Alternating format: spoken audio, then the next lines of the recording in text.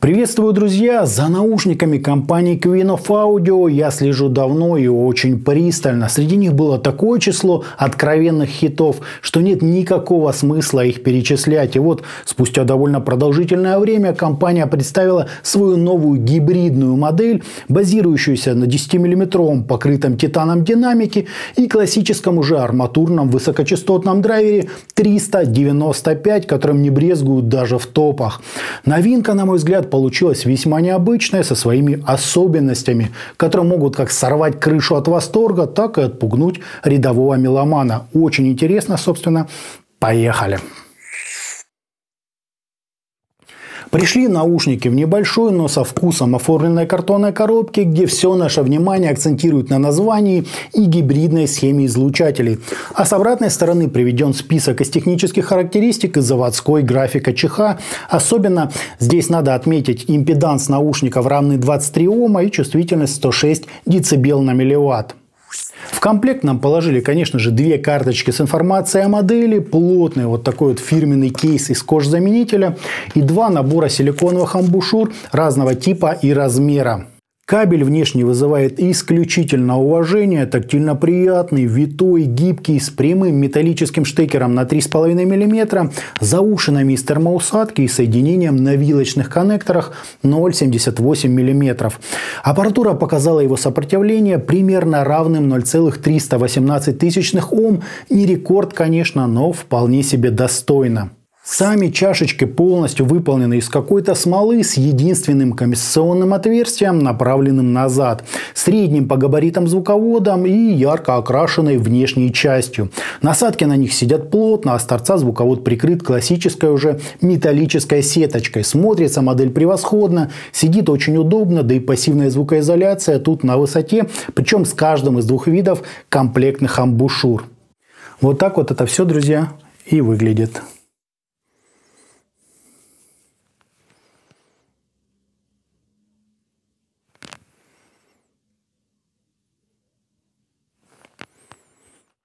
По измерениям у нас прямо сверхбыстрый импульс, допустимое расхождение между левым и правым каналом и искажения в пике, достигающие 1%, что весьма неплохо. Фаза ведет себя естественно, затухание на 30 и 60 дБ соответствует где-то 74 и 96 миллисекунд с незначительным возмущением в области низких частот. Разница между амбушюрами, как видите, присутствует, но затрагивает по большому счету только амплитуду на пиках, и то не особо сильно. По АЧХ же мы имеем прямо ювелирный подъем низких частот на 4 дБ с плавным заходом на середину, солидное выделение области разборчивости с имитацией ушной раковины и легким таким пиком на 8 кГц для усиления резкости звучания. В сумме график нам честно довели до заявленных 20 кГц. С изображением на коробке мой результат совпал практически идеально. По своему характеру Barbados Sunrise строит умеренно эмоциональную картину с заметно поджатой выразительностью и нейтральным балансом. Кроме того, модели, очевидно, нужна достаточно высокая выходная мощность источника. Оттого подключать их к смартфону или другим маломощным устройствам не имеет вообще никакого смысла. Для данной задачи я лично использовал стационарный усилитель с выхлопом по 6 Вт на канал. Всякие же мобильные ЦАПы раскачивают Queen of Audio чуть ли не на пределе своих возможностей.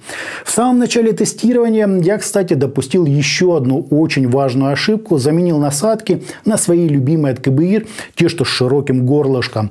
Из-за чего звучание получилось просто невероятно естественным, но слишком уж пресным. Практически любые наушники после них мне казались до кошмарного яркими. Но это был исключительно мой недочет, поскольку оба набора стоковых амбушюр строят звучание совершенно иначе. В нем, конечно, не на уровне конкурентов, но заметно больше яркости, лучше подсвечиваются нюансы, но, на мой взгляд, чуть-чуть уменьшается вес и глубина звучания. При этом полностью черные дают густой, чуть смягченный бас, немного теплую с нотками музыкальности середину и комфортные, слегка притушенные высокие частоты. В отличие от этого, белые насадки с красным сердечником имеют глубокий, зато куда более текстурный бас, еще более яркую середину, с неплохим подчеркиванием нюансов и чуток подсвеченные верха. Так что для какой-то спокойной музыки я бы выбрал черные насадки, а для быстрой или насыщенной всякой высокочастотной перкуссии белые.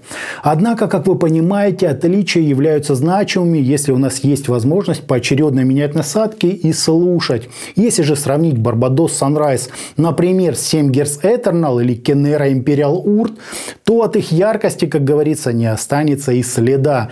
Почти все внутриканальные наушники с околохармоновской или любой другой популярной настройкой на фоне героев обзора покажутся просто нереально чистыми, прозрачными, с выразительной сверхэмоциональной серединой.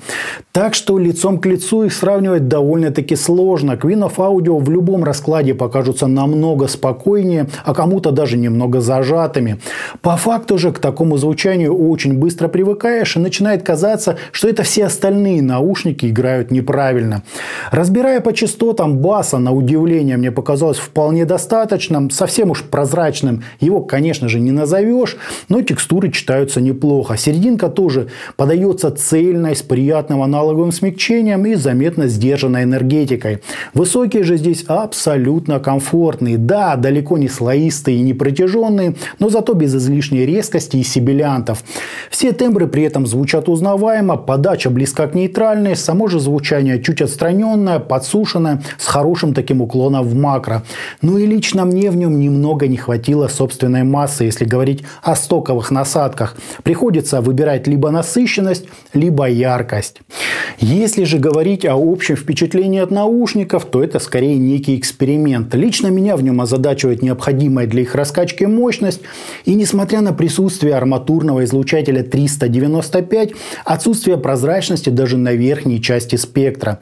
Не могу сказать, что они мне совсем не понравились, однако использование их в портативных решениях кажется очень сомнительным, а для стационара я бы присмотрел что-то дороже $89. По стилистике они вроде как универсальные, но преподносят музыку по-особенному, как-то слишком уж сдержанно. Уверен, некоторые меломаны данный звук отметят как безумно интересный, но большая их часть справедливо назовет фановым, ну или же на любителя. Таковым он, собственно, и является. Итогом, внутриканальные гибридные наушники Queen of Audio Barbados Sunrise лично меня порадовали своей просто восхитительной посадкой, приятным внешним видом, действительно меняющими звук насадками и очень неплохим кабелем. По звучанию же модель оказалась сильно выбивающейся из огромного списка напоминающих друг друга наушников. Для кого-то это будет несомненный плюс, а для кого-то огромный минус. Меня же несколько озадачило высокое требование к выходной мощности, довольно сдержанная с уклоном в макроподача и легкая недостача собственной массы. Сцена хорошо представлена в ширину и довольно посредственно в глубину. По стилистике тоже не все так однозначно. То, как герой обзора преподносит оркестр, я бы оценил как слабо. Зато все, что касается тяжелой музыки, несомненно радует. Неплохая разборчивость, вокал чуть выдвигается вперед и абсолютно неконфликтные верха.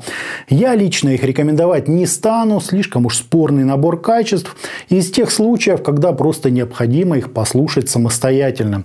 А на этом, друзья, у меня все. Это были внутриканальные гибридные наушники Barbados Sunrise. Всем добра, всем пока-пока. Подписывайтесь на канал и оставляйте свои комментарии под данным роликом.